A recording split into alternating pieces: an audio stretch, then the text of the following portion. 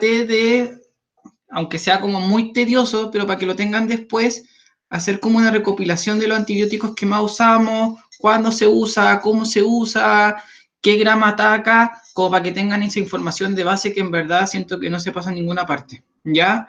Entonces la clase va a ser un poco distinta a lo que pasa la doctora, entonces traten de complementarla, ¿ya? Y cualquier duda la vamos respondiendo igual, dentro de lo que se pueda. Porque igual en la clase la doctora a veces se va como muy en la farmacocinética y la farmacodinamia del fármaco y que en verdad en la práctica no lo hacemos mucho así. Yo no voy a andar pidiendo la farmacocinética del enrofloxacino para administrarlo en un paciente. Yo lo administro nomás. Ya, definiciones. Sabemos que hay antibióticos y antimicrobianos. El antibiótico se dice que es una sustancia natural sintetizada por microorganismos capaces de inhibir el crecimiento y o destruir otros microorganismos. Los antimicrobianos son sustancias químicas capaces de inhibir el crecimiento o provocar la muerte bacteriana. O sea, el antibiótico es natural, como las penicilinas. Los antimicrobianos son sintéticos, como las cefalosporinas. Un bacteriostático es un fármaco que en dosis terapéuticas impide el desarrollo y la multiplicación de las bacterias sin destruirlas. Un bactericida es que en dosis terapéuticas son letales ya que conducen a la muerte de las bacterias.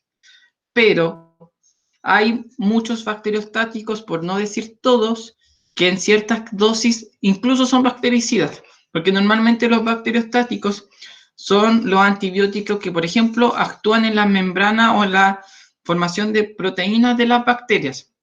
Entonces, si tú afectas de tal manera la producción proteica de esas bacterias, vas a terminar destruyéndola y no inhibiendo el crecimiento.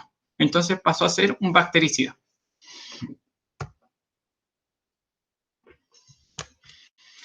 Los mecanismos de acción. Los antibióticos actúan en distintos lugares, en distintas fases, y eso es lo que más o menos igual hay que tener claro. No tiene ni un sentido poner dos antibióticos que actúen de la misma forma, porque probablemente van a generar solo resistencia.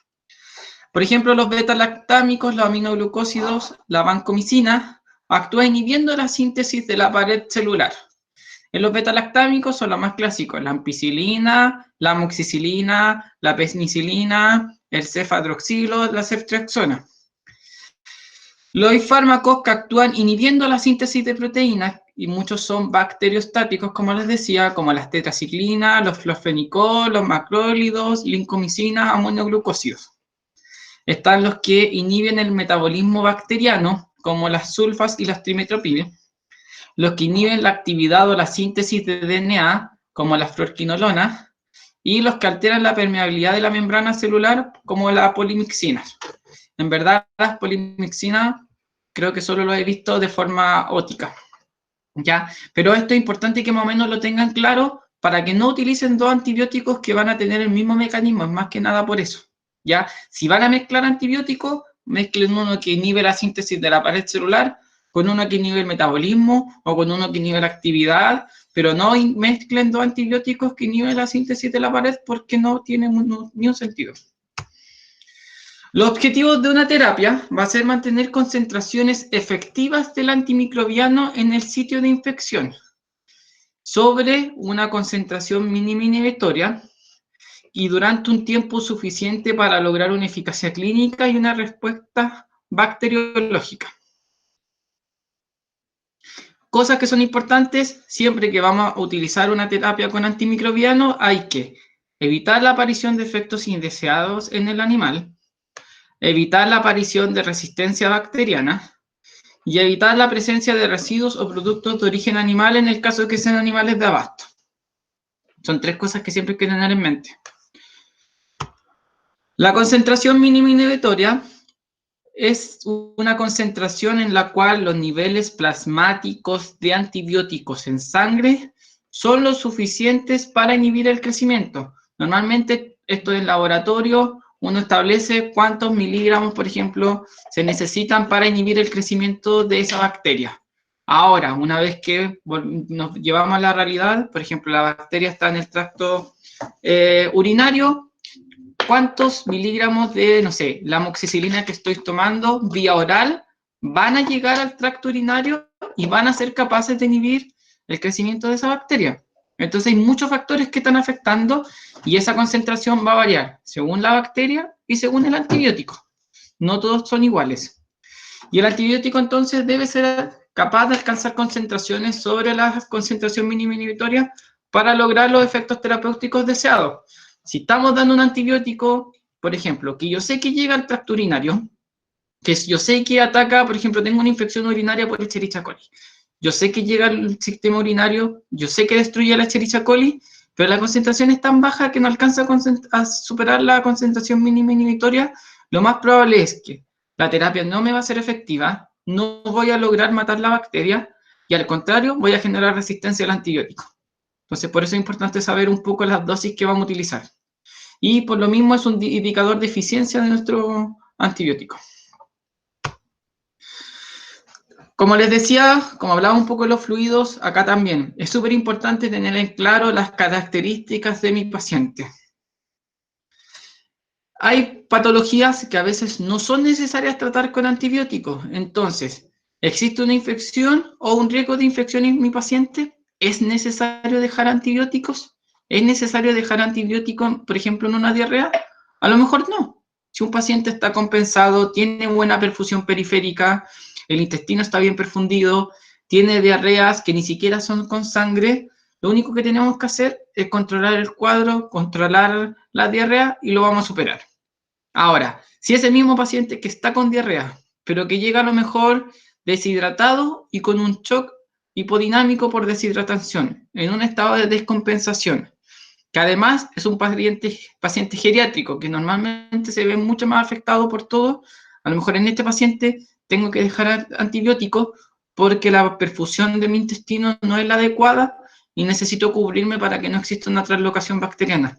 Recuerden que la sepsis, esto igual un poco de la clase de urgencia, no siempre ocurre porque hay una infección externa. Las bacterias del intestino pueden generar translocación bacteriana y ser el origen de un cuadro infeccioso y generar una sepsis. ¿Ya? La,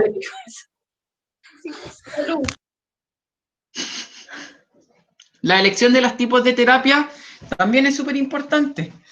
Tratemos siempre de usar terapias locales. Bueno, ahí escribí locas. Creo que tenía un poco de sueño.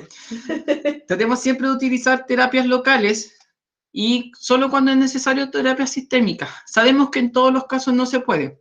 Por ejemplo, el gatito que tengo acá, ese gatito me llevó a Bilbao y tenía pus en toda la cámara del ojo.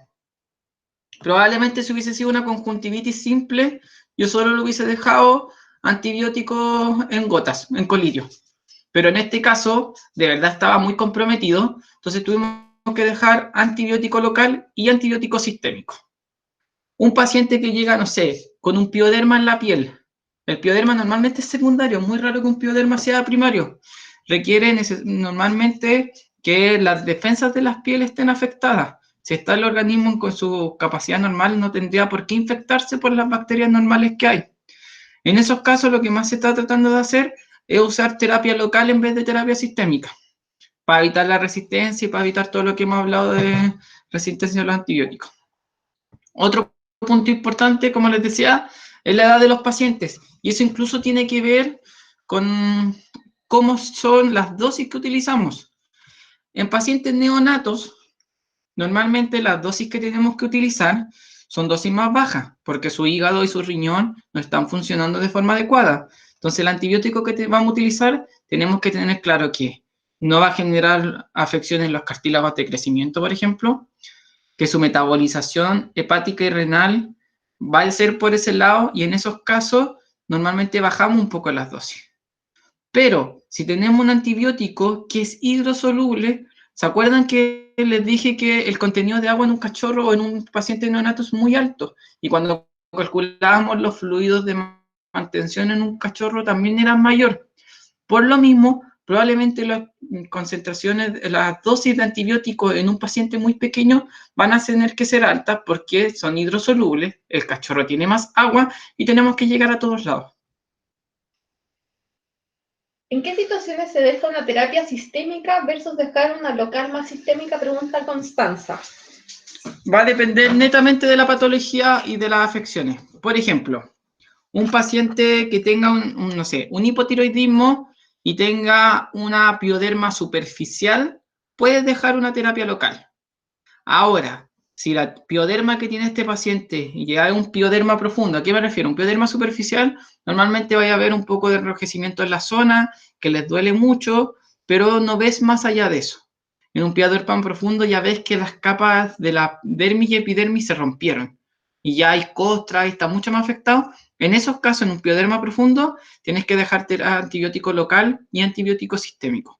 Por ejemplo, en este gatito, con esa afección, como te decía, si fuera solo una conjuntivitis, podemos dejar gotitas locales.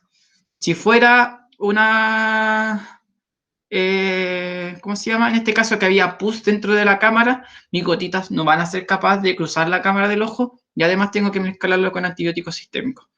Voy a adelantar solo para mostrar las fotos. Esta perrita tenía un pioderma que ya estaba pasando a ser un pioderma profundo. Si se fijan, en la mano hay un pioderma superficial porque solo se ve un poco de enrojecimiento, producto de las bacterias, que probablemente con limpiezas locales o terapia local hubiesen dado bien. Pero alrededor del ojito ya se ve que se perdió toda la capa de dermis, o sea, de epidermis. Estamos viendo la dermis y probablemente está con muchas bacterias que requiere antibiótico local y antibiótico sistémico. Entonces, netamente va a ir por paciente. Si hay enfermedades subyacentes, una infección urinaria siempre se va a tratar con antibióticos sistémicos, pero no es lo mismo usar antibiótico en una perra que tuvo una ITU por primera vez, a en un perro, por ejemplo, que tiene diabetes, que está muy predispuesto a tener infección urinaria producto de la glucosa que sale por la orina.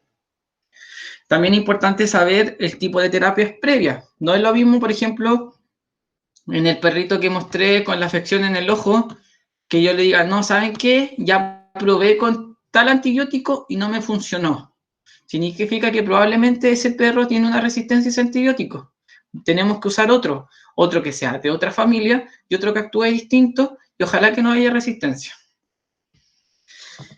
Y también es importante los tiempos de duración. No es lo mismo, por ejemplo, controlar un absceso en la piel que controlar una infección urinaria.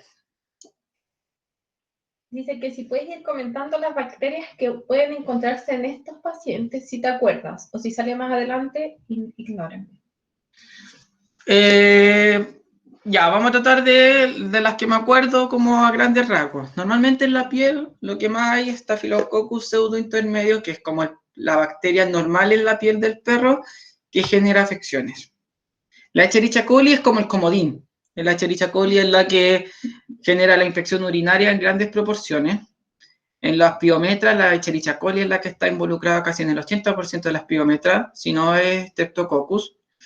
Y la Escherichia coli, por ejemplo, cuando hay cuadros de colangitis, que el conducto biliar está contaminado, también es la Escherichia coli la que está metida ahí. Pero ahí vamos viendo más casos, vamos a ir nombrándolos. Los tiempos de duración, como les decía, también varían. Por ejemplo, para que la piel llegue a un antibiótico sistémico va a costar mucho, porque es muy periférico, hay mucha grasa, hay muchos tejidos que el antibiótico tiene que cruzar. Entonces, probablemente la terapia va a ser mucho más larga. Al contrario, una infección urinaria simple, no sé, con 7 a 10 días probablemente va a ser suficiente. Bueno, también hay consensos para todos. Hay consenso de manejo de infecciones urinarias en perros, en gatos. Hay consenso de manejo de antibióticos en enfermedades respiratorias. Hay manejo de consenso de antibióticos, en verdad, lo que ustedes quieran. Ahora ya está todo escrito. Uso de antibióticos en lugares. Por ejemplo, hay lugares en que es imposible y nunca en la vida debieran haber bacterias. Por ejemplo, en sangre nunca debiera haber bacterias. En orina tampoco deberían haber bacterias, pero va a depender de cómo recolectaron la muestra. Si la muestra se tomó por micción espontánea, van a encontrar bacterias por el último tercio de la uretra. En la piel es normal encontrar bacterias si ustedes hacen un cultivo, en el tracto gastrointestinal también, pero claro, tienen que ser bacterias normales, bacterias que no sean patógenas. La faringe, la saliva y la cavidad nasal son superficies con bacterias, pero por ejemplo en una articulación por ningún motivo debieran haber bacterias, lo mismo que en el útero. Ya en esos casos hay que atacarlo sí o sí. Como les decía, hay fármacos hidrosolubles y fármacos liposolubles. Los antibióticos liposolubles o lipofílicos normalmente tienen muy buena absorción a nivel intestinal porque logran pasar las membranas plasmáticas que son hidrofóbicas. Tienen una amplia distribución en el organismo porque logran pasar súper bien las grasas. Entonces probablemente va a ser el antibiótico que podría ser de elección para llegar a la piel. Alcanza concentraciones efectivas a nivel intracelular y de fluido transcelular y tiene buena penetración en el líquido cerebroespinal y la leche. En cambio, los antibióticos hidrosolubles tienen muy baja absorción a nivel intestinal, entonces probablemente los podemos usar por otras vías de administración. Tienen concentración efectiva en el fluido transcelular, pero no logran concentración eficaz en el líquido cerebroespinal y en la leche. Otra cosa que son importantes es saber si un fármaco es concentración dependiente o tiempo dependiente. ¿A qué me refiero? Cuando uno usa un antibiótico, tú haces un pic de antibiótico en sangre. Por ejemplo, la fluorquinolona, aquí tenemos el enrofloxacino. El enrofloxacino se puede usar de dosis de 5 a 10 miligramos kilo, pero vas a generar un pic y normalmente se da cada 24 horas, porque con ese pic vas a lograr matar casi todas las bacterias y lo vas controlando en el tiempo.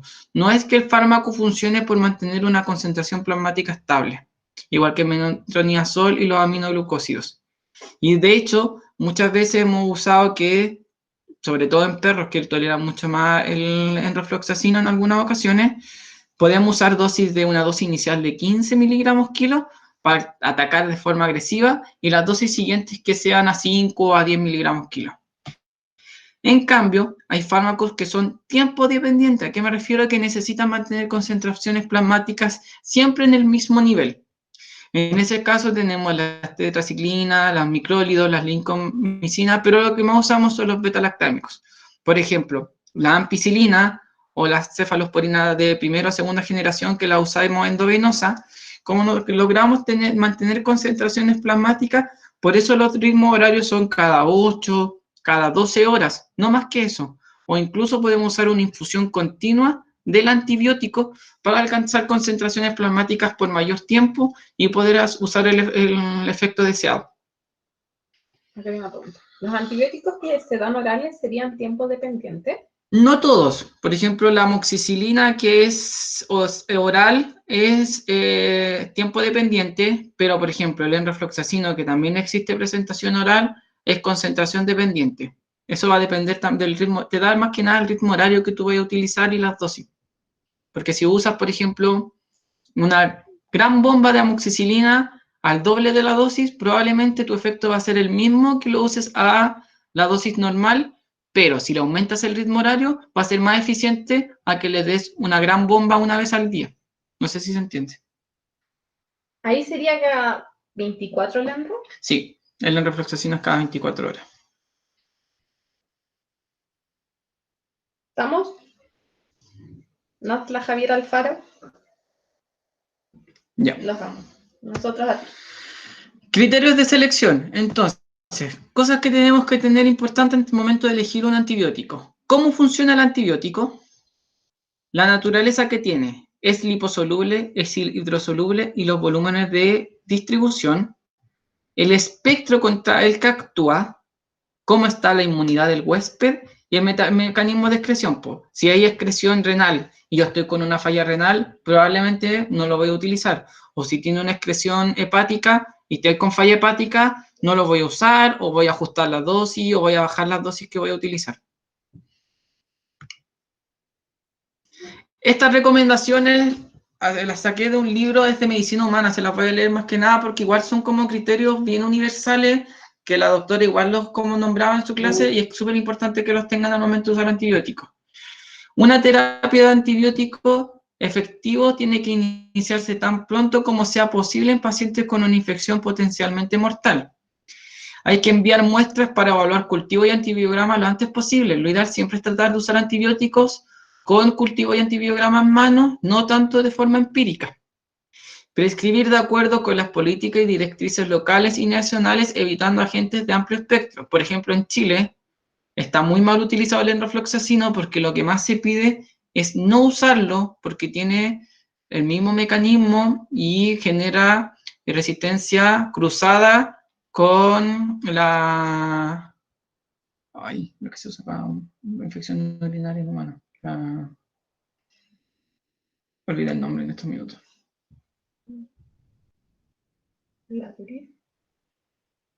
No, les voy a buscar el nombre, pero genera reacción cruzada y resistencia con un antibiótico muy utilizado en humanos y que ya se ha visto resistencia. Entonces, en verdad, lo que se recomienda siempre es que sea la última opción de utilizar, no ser la primera opción en cualquier tipo de infección.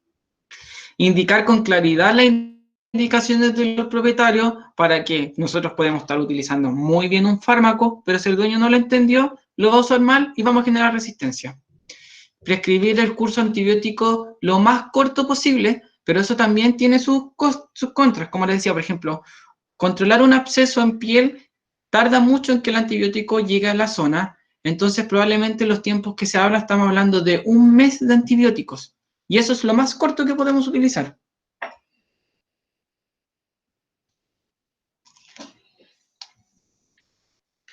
Lo otro, seleccionar agentes con el fin de minimizar los daños laterales.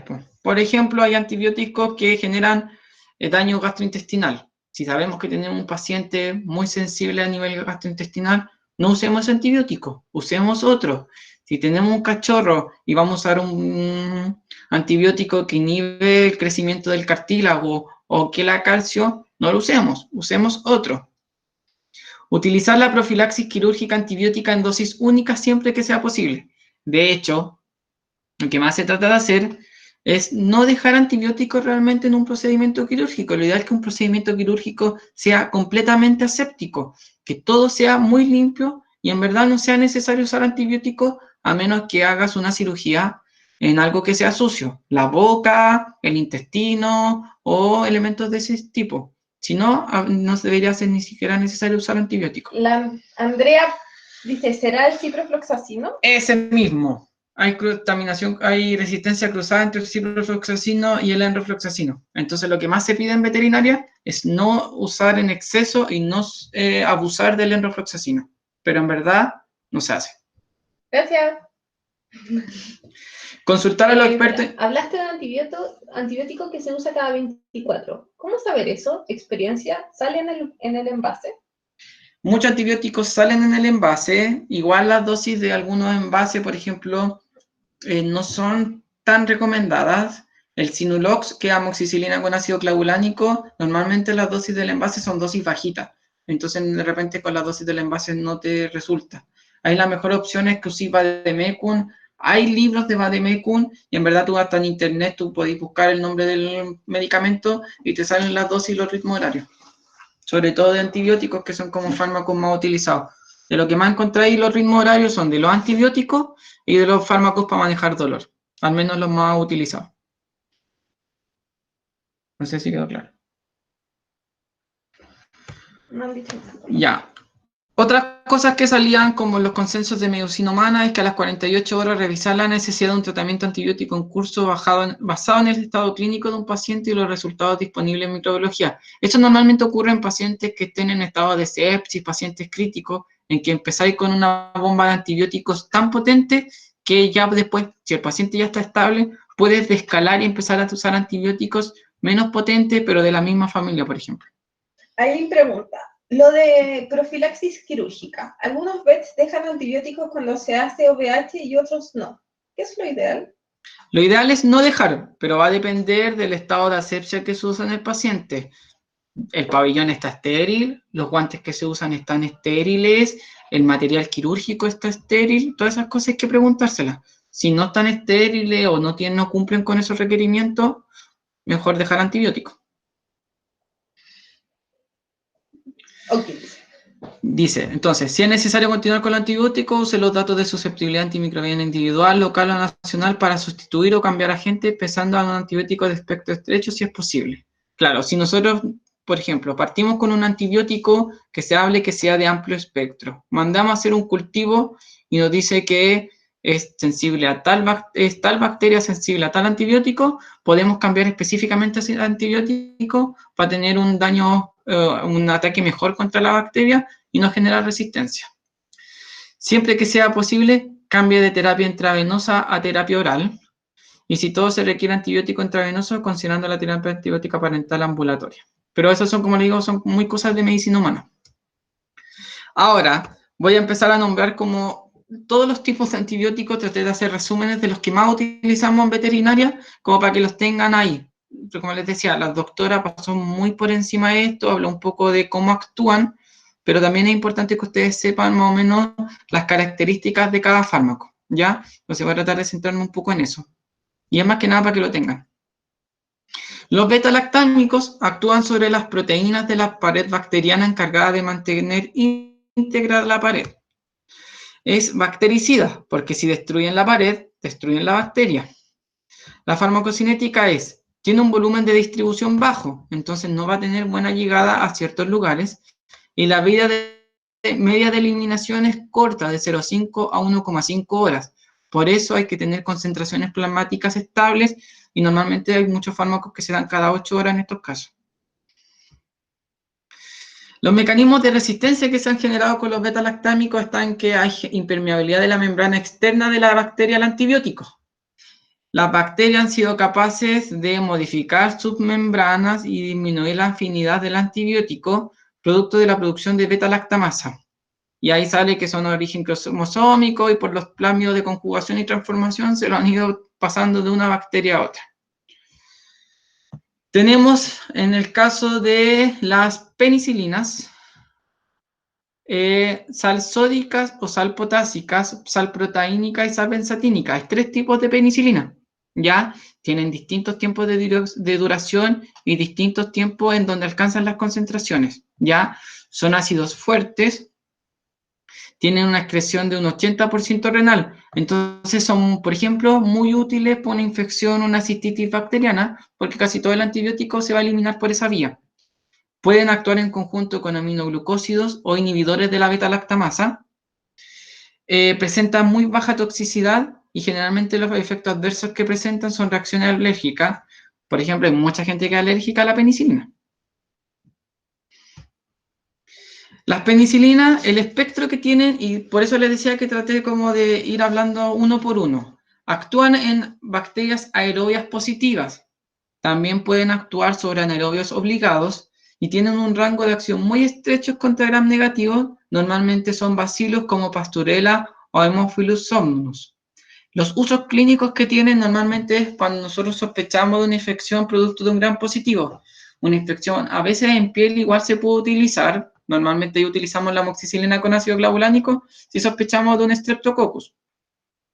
Infecciones de la cavidad oral, que normalmente hay muchas bacterias gram positivas.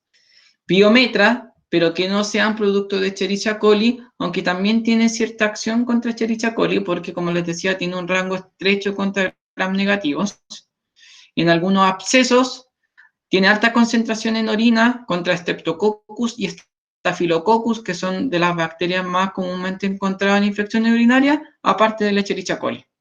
Y se usa en el tratamiento del tétano, que no crean que es, yo creo que he visto como 3 o 4 perros con tétano, y lo que hay que usar es pincharle penicilina cada 12 horas y de verdad responden rápido. Mejoran a los 2 o 3 días, pasan de estar como palo a poder, aunque sea, pararse y movilizarse. Y hay que continuar con los tratamientos nomás. Aquí les dejo esta tabla en donde va mostrando los mecanismos de concentración y tiempo. Por ejemplo, la penicilina sódica, que es la de rojo, alcanza concentraciones muy rápido, a los 30 minutos, pero decae súper rápido. La concentración de la penicilina procaínica se demora más en alcanzar concentraciones, pero dura más tiempo, dura de 12 a 24 horas incluso. Y la penicilina benzatínica se demora aún más, pero alcanza a durar por casi 48 a 72 horas. Lo que se hace algunas veces, y lo que yo he visto hacer a la doctora Iragüen en la facultad, y que de verdad es como maravilloso, es juntar penicilina sódica con penicilina benzatínica, o si no hay, con penicilina procaínica, hacer diluciones y pinchar las dos. Así en los primeros tiempos tenemos la opción de la penicilina sódica, y cuando empieza a bajar la concentración de la sódica ya está en una muy buena concentración la procaínica y dura por más tiempo, y hay que estar pinchando a veces a los animales cada 24 o cada 48 horas. Si se puede con benzatínica para que dure más, mejor. ¿Va todo bien? Sí. Ya, las aminopenicilinas, estas son, aparte de las penicilinas, los que normalmente más les va a sonar a todos. Aquí tenemos la ampicilina y la amoxicilina. Atraviesan mejor las paredes celulares de la bacteria, actúan súper bien contra gram positivos y mejor contra gram negativos también. Actúa contra Escherichia coli y actúa contra Salmonella. Es eficaz contra anaerobios. Entonces, por ejemplo, en algunas infecciones como de la cavidad oral, que normalmente hay mucho gram positivo y bacterias anaerobias, una amoxicilina sola o una amoxicilina con ácido clavulánico podría ser una buena elección. Por ejemplo, voy a tratar de ir tirándole como datos así. Cuando hay pacientes que tienen que ir a destratrajes, el fármaco veterinario que más se usa es el Meticel. El Meticel es una combinación entre un antibiótico que es una aminoglicina, o aminopenicilina, y metronidazol. Con uno tenemos gran acción contra gram positivos y con el otro contra anaerobios, que normalmente es lo que tenemos en boca. El fármaco es caro. Si tenemos un paciente que a lo mejor va a gastar mucha plata en ese fármaco, nosotros podemos cambiar la terapia y dejarle una amoxicilina sola, o si estamos un poco más miedosos, le dejamos una amoxicilina con ácido clavulánico y luego mezclamos con metronidazol y vamos a estar cubriendo las mismas bacterias que está cubriendo el otro medicamento. Cosas que tienen que tener claro. La amoxicilina tiene muy buena acción oral, entre un 60 y un 70% de biodisponibilidad. La ampicilina tiene una pésima absorción oral, se absorbe solo cerca de un 20%. Entonces, por eso en hospital siempre van a ver que se usa ampicilina endovenosa y cuando lo mandamos para la casa lo mandamos con amoxicilina o con amoxicilina con ácido clavulánico. La mejor efectividad al poder combinarse con inhibidores de la beta-lactamasa, como la amoxicilina con ácido clavulánico. El ritmo horario de la amoxicilina sola y de la ampicilina es cada 8 horas. Al combinarlo con beta-lactamasa, el ritmo horario es cada 12 horas. Los efectos adversos en estos casos son similares. Si un paciente es alérgico a la penicilina, no puedes usar ampicilina ni amoxicilina porque también va a ser alérgico a esto. Y también va a ser alérgico a la cefalosporina. Y esto tiene la desventaja que muchas veces incluye reacciones como vómito y pueden generar diarreas. ¿Cuál es el rol del ácido clavulánico al juntarlo con la amoxicilina? Es inhibir la beta-lactamasa de las bacterias. Entonces, como que la bacteria generó un mecanismo de resistencia y nosotros con la beta-lactamasa bloqueamos ese mecanismo de resistencia para que no vuelva a utilizar la amoxicilina.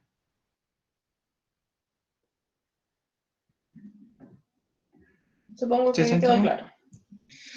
Los usos clínicos de estos fármacos es, tiene buena acción contra gram positivos también y contra gram negativos, pero principalmente a unas dosis más altas. Se puede utilizar en infecciones dérmicas. Normalmente la que utilizamos para infección dérmica es la amoxicilina con ácido clavulánico y por grandes periodos. Actúa bien en cuadros gastrointestinales y también puede utilizarse para infecciones urinarias.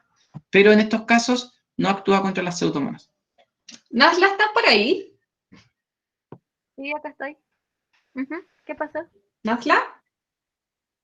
¿Puedo hacerte cargo un poco de las preguntas? Porque tengo que sacar al Choco.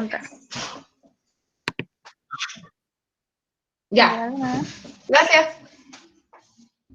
Ya, sigamos. Las cefalosporinas también son de esta misma familia, actúa igual que el resto de los beta-lactámicos, presenta biotransformación hepática, así que ojo su utilización en pacientes que tengan enfermedad o falla hepática. Tiene actividad antibacteriana contra los Staphylococcus, productores de beta-lactamasa y gram negativos de familia de enterobacterias. Entonces, por ejemplo, las cefalosporinas también se pueden utilizar en infecciones de piel. No va a llegar tan bien, pero si ampliamos los ritmos, los tiempos de la terapia, va a actuar, por ejemplo, contra un Staphylococcus o una infección urinaria producto de las enterobacterias. Tenemos Escherichia coli, tenemos Salmonella. Entonces, si tenemos una infección urinaria producto de una Escherichia coli o un Staphylococcus, la cefalosporina podría ser una muy buena opción. Utilizaciones son en infecciones de piel, del tracto urinario, en infecciones óseas también por Staphylococcus, en tejidos blandos y muchas veces se deja en profilaxis quirúrgica. En teoría, las cefalosporinas son un fármaco que se podría decir que tiene un espectro amplio y se utiliza mucho por eso. Tenemos cefalosporinas de primera y de tercera generación. Las de segunda generación son de uso humano y creo que nunca he visto en mi vida algún fármaco de segunda generación. Creo que hay uno de uso oral, pero que en verdad yo lo utilizo muy poco, pero en verdad las características siguen siendo las mismas. Cosas que tienen que tener claro.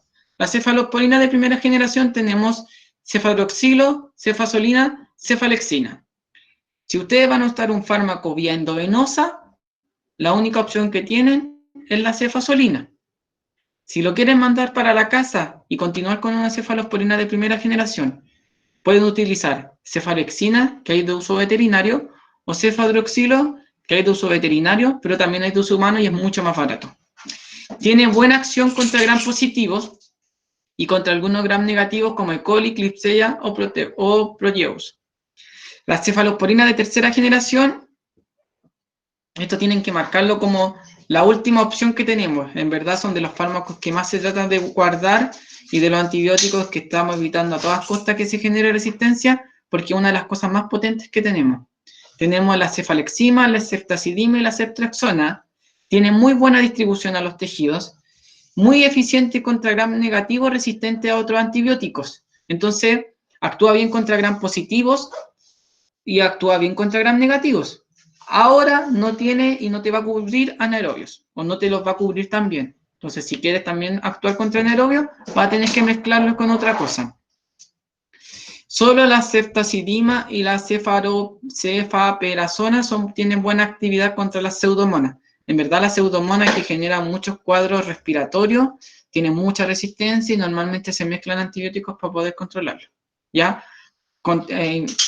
Diagnosticarla es un poco difícil y muchas veces cuando tenemos infecciones respiratorias que no andan bien con ningún antibiótico, se sospecha que sea una pseudomonas y se hace el cambio. Tenemos las sulfas y las diaminopriminas, que normalmente aquí el clásico es la sulfamastrimetropina. Tiene un buen espectro contra gram positivos, gram negativos y ciertos protozoos. Ya no se usa tanto en veterinaria, porque dicen que en el año 80, en el año 90, se utilizó tanto que se generó mucha resistencia a los antibióticos.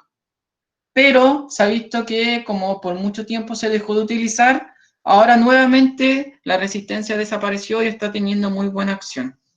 Tiene, un ácido débil, tiene buena absorción oral y altos volúmenes de distribución. Actúa inhibiendo la síntesis de proteína y los mecanismos de replicación bacteriana.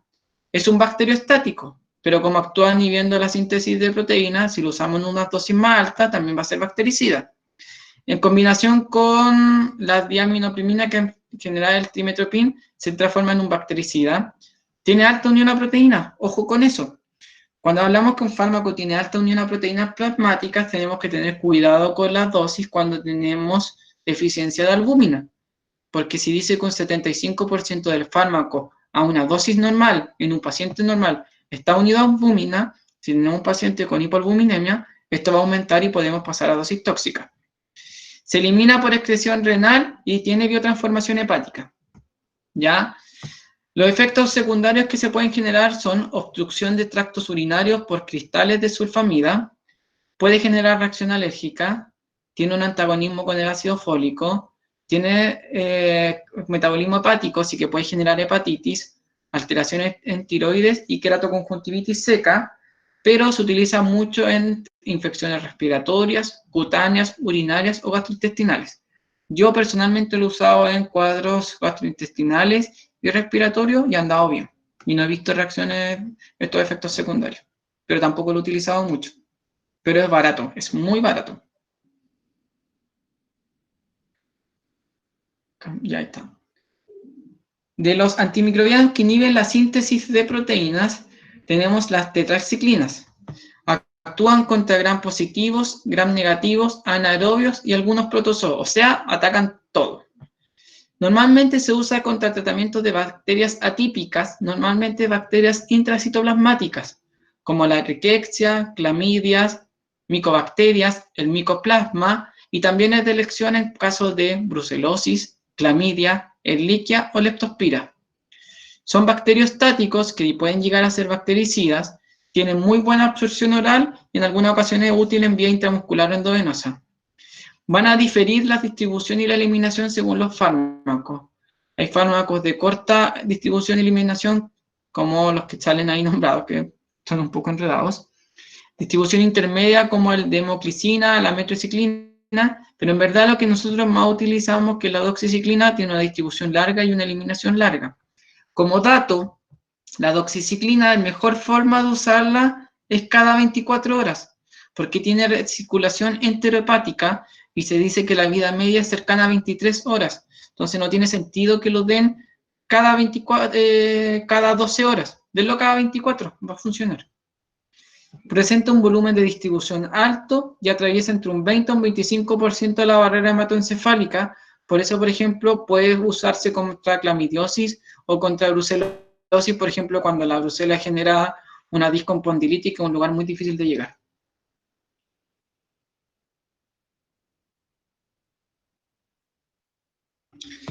Su eliminación es renal y hepática, salvo la doxiciclina, que tiene una eliminación por la vía biliar, un tercio sin cambios con circulación enterohepática, pero tiene efectos secundarios que puede generar muchos vómitos, es muy irritante a nivel gastrointestinal, puede alterar la flora intestinal y generar diarreas, y tiene la capacidad de fijar calcio, ya, así que ojo con eso. Es incompatible su uso con betalactámicos o concentraciones altas de calcio, porque los va a fijar y va a generar grandes inconvenientes.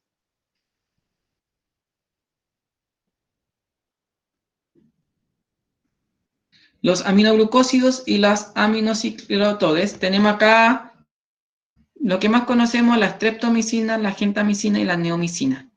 Los tres más o menos tienen los mismos mecanismos de acción, pero se administran distintos. Tienen una gran acción contra bacterias gram positivas aerobias, como la pseudomonas, pero genera un efecto tóxico en el riñón, el oído y el aparato vestibular. Esto no quiere decir que no lo vamos a utilizar. Si un paciente está bien perfundido, bien monitorizado, bien hidratado, no tendría que tener afección renal, por ejemplo, y dañar el riñón. Pero si usamos una gentamicina en un paciente hipotenso, que el riñón está mal perfundido, que tenemos algún daño, por ejemplo, inicial en el aparato vestibular o en el oído, probablemente vamos a agravar el daño y va a ser peor, ¿ya? Por ejemplo, la neomicina es un fármaco que se utiliza normalmente para disminuir la flora bacteriana, porque no se absorbe a nivel gastrointestinal. Entonces tú lo das vía oral y solo elimina la flora bacteriana del intestino. Pero si hay daño en la mucosa gástrica, se va a absorber. Y la doctora, por ejemplo, la doctora Valdés siempre cuenta el caso que ella dejó sordo a un paciente porque lo dio para un cuadro gastrointestinal, el paciente tenía la mucosa gástrica alterada, se absorbió y lo dejó sordo. Y en verdad le puede pasar a cualquiera. Son bases débiles polares, hidrosolubles, absorción gastrointestinal muy baja, las vías más usadas son intramuscular o subcutánea, bajo unión a proteínas plasmáticas y el efecto mayor es en pH alcalino. Si es útil en infección urinaria, por ejemplo, en infección urinaria muy resistente, a veces se tiene que utilizar gentamicina para controlar la infección urinaria, no queda otra opción. Se elimina por vía renal y puede funcionar en sinergia con los betalactámicos.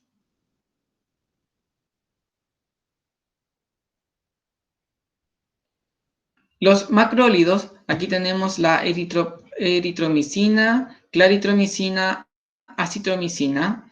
Buena acción contra gram positivo, entonces se pueden utilizar, por ejemplo, en cuadros respiratorios, sobre todo la acitromicina se utiliza harto, porque ahí es una zona en donde hay harto bacteria gram positiva.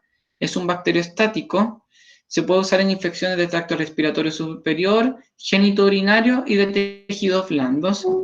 Tiene buena absorción por vía oral y parenteral, pero se altera por la presencia del alimento, se elimina por bilis y la naturaleza es irritante, genera dolor en vía intramuscular y puede generar alteraciones gastrointestinales.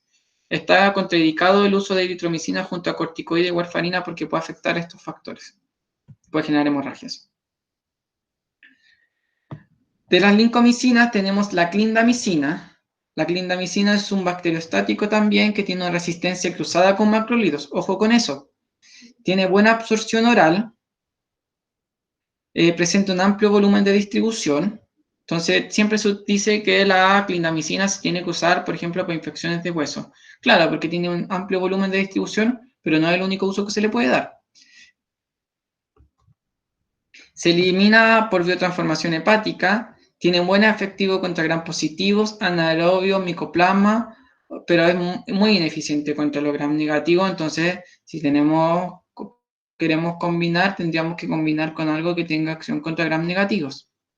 Es indicado en el tratamiento de osteomielitis por estafilococos, en infecciones dentales, en un pioderma superficial o heridas infectadas. Los que inhiben la función de los ácidos nucleicos.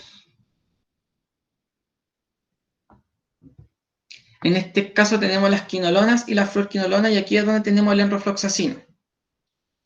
Es un efecto contra aerobios gram negativos, algunos gram positivos, o sea, actúa más contra gram negativos que positivos, y débilmente contra anaerobios obligados. Y es más activo contra organismos intracelulares. También se puede utilizar en casos, por ejemplo, contra el micoplasma, que es una bacteria intracelular. Contra la Ehrlichia también. Es un bactericida de acción rápida. Es una molécula altamente liposoluble y con amplio volumen de distribución. Tiene buena absorción oral, intramuscular y subcutánea. También se metaboliza en el hígado, así que ojo con la metabolización hepática, sobre todo en los gatos. Altas concentraciones a nivel de orina, así que muchas veces también se usa para cuadros de infección urinaria. Los efectos secundarios son, tiene una acción erosiva sobre el cartílago de crecimiento, entonces está contraindicado en cachorros de raza pequeña y menores de 18 meses en razas grandes. Uso cataratas, genera cataratas en usos prolongados. Por ejemplo, en los gatos se recomienda hacer un fondo de ojos para ver cómo está antes del uso y reevaluarlos los 3 días. A la alta dosis puede generar convulsiones y se genera cristalización en túbulos renales en pH de orina alcalino. Pero hay que estar monitoreándolo, no por eso se deja de usar, el enrofloxacino se usa mucho.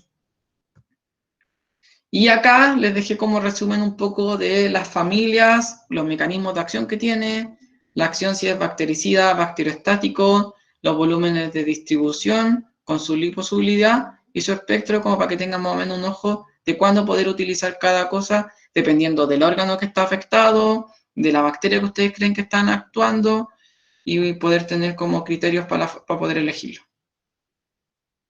Eso.